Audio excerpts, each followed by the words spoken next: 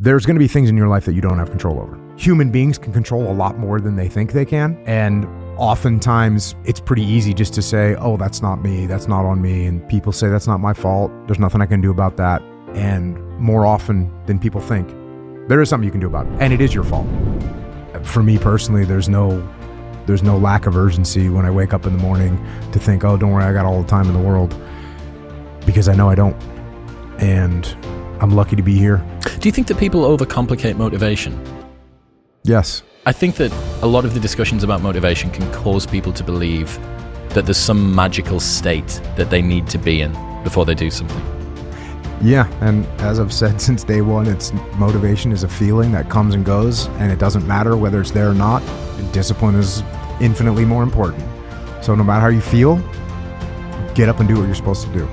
That's it. And that's discipline. It's not motivation. If you only did what you were supposed to do when you were motivated to do it, that's leaving it to chance. But if you're disciplined, you go do what you're supposed to do. That's the way it works. I went and listened to an episode you did with Sam Harris. He came up with this really interesting idea where he said that you can't fake courage. Yeah. That's one of the most interesting ways to look at it. He said that courage or bravery, I think, is actually what he was talking about. It's an emotion that you can't fake.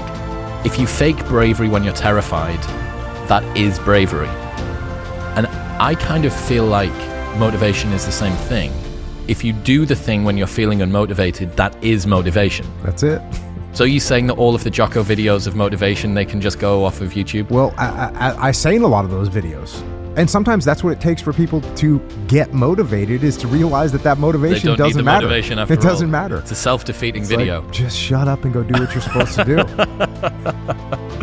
Yeah, I mean, the difference between the person that spends all day wondering about whether they should go to the gym or not and the person that just goes to the gym or not, even if they both go, they net out at zero, apart from the fact that one person has spent the entire day obsessing over it. Yeah, and probably wasting some brain power on it. There's this thing called, I bro-scienced, called the anxiety cost. So, opportunity cost, right? That you, because of doing one thing, you can't do another thing. Anxiety cost to me is the wasted mental effort that you go through obsessing over something when you could fix it quite easily by just doing it. It's one of the most compelling reasons for doing a morning training workout for me.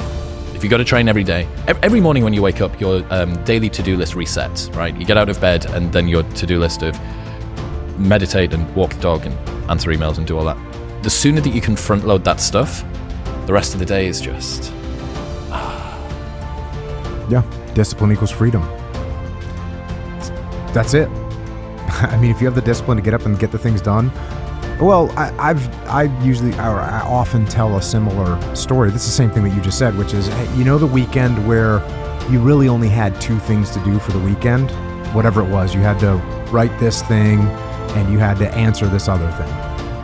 And on Friday, you're like, I'll do it tomorrow. And on Saturday, like, I'll do it. And it's basically hanging over your head the whole weekend. Whereas if you'd just done Friday afternoon, the whole weekend would have been a lot better. So just do the thing. I agree with you. Just do the thing. Just do the thing, man. What does courage mean to you? Is that a good definition from Sam, do you think? Doing the thing in spite of the way that you feel? Yeah, I think that's solid.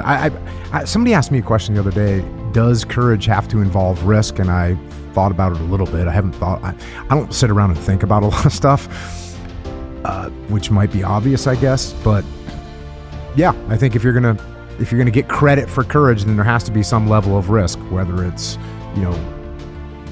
capital risk in doing something in a business, or physical risk if you're doing something to run into a fire to save somebody. Yeah, so I think courage has to have some kind of risk involved. And then, yes, I agree with Sam Harris when he pointed out that if you're doing the thing, then that's courage, no matter how you feel inside your little brain. Courage is very hard to find when life gets comfortable for people. How can they stop their bravery from eroding when times are easy? I guess what we already talked about.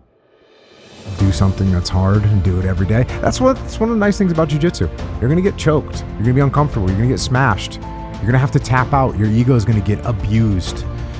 Go do that. Go do that. You go for a run, lift, just do hard stuff. and that's a good way to keep that, I guess, fresh. What do you think that people misunderstand when it comes to life and death fights, street fights? What do you think most normal people who haven't been in one misbelieve? So I guess to answer your question, what do most people not understand about a street fight? They're probably not used to just the level of violence that's going to occur. Maybe this is what you're getting at with the Detroit self-defense videos or whatever they are. The choreographed maneuvers that work when you and I are going through them and sort of dancing, those aren't going to work in real life.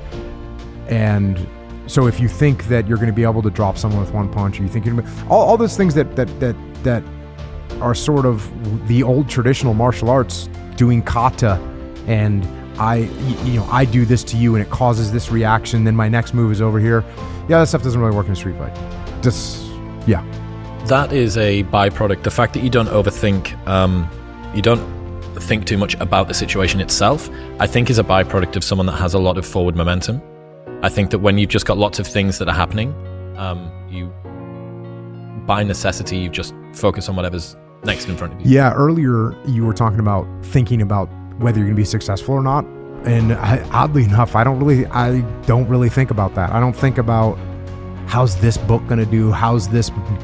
Is it going to get turned into a movie? I don't think about that. I just kind of go.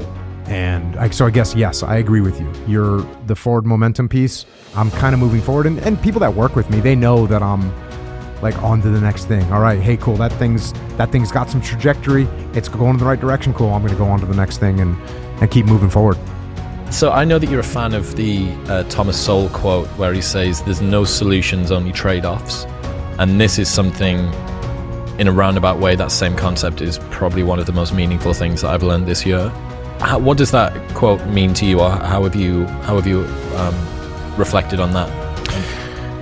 Well, especially from a leadership perspective, that's kind of where I talked about it for the first time. How the heck did you hear that quote from me? I don't know when I've said that. I guess I did some podcasts about it, but yeah, it's very helpful to people's mindsets, I think, and that's when I talked about that. It was primarily to help people see that you're looking for a full-on solution to this problem, and there's probably not a full-on solution that's going to satisfy every aspect of this scenario.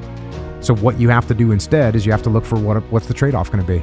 I'm going to win a little bit here, I'm going to lose a little bit there, but overall, it's going to move me in the right direction.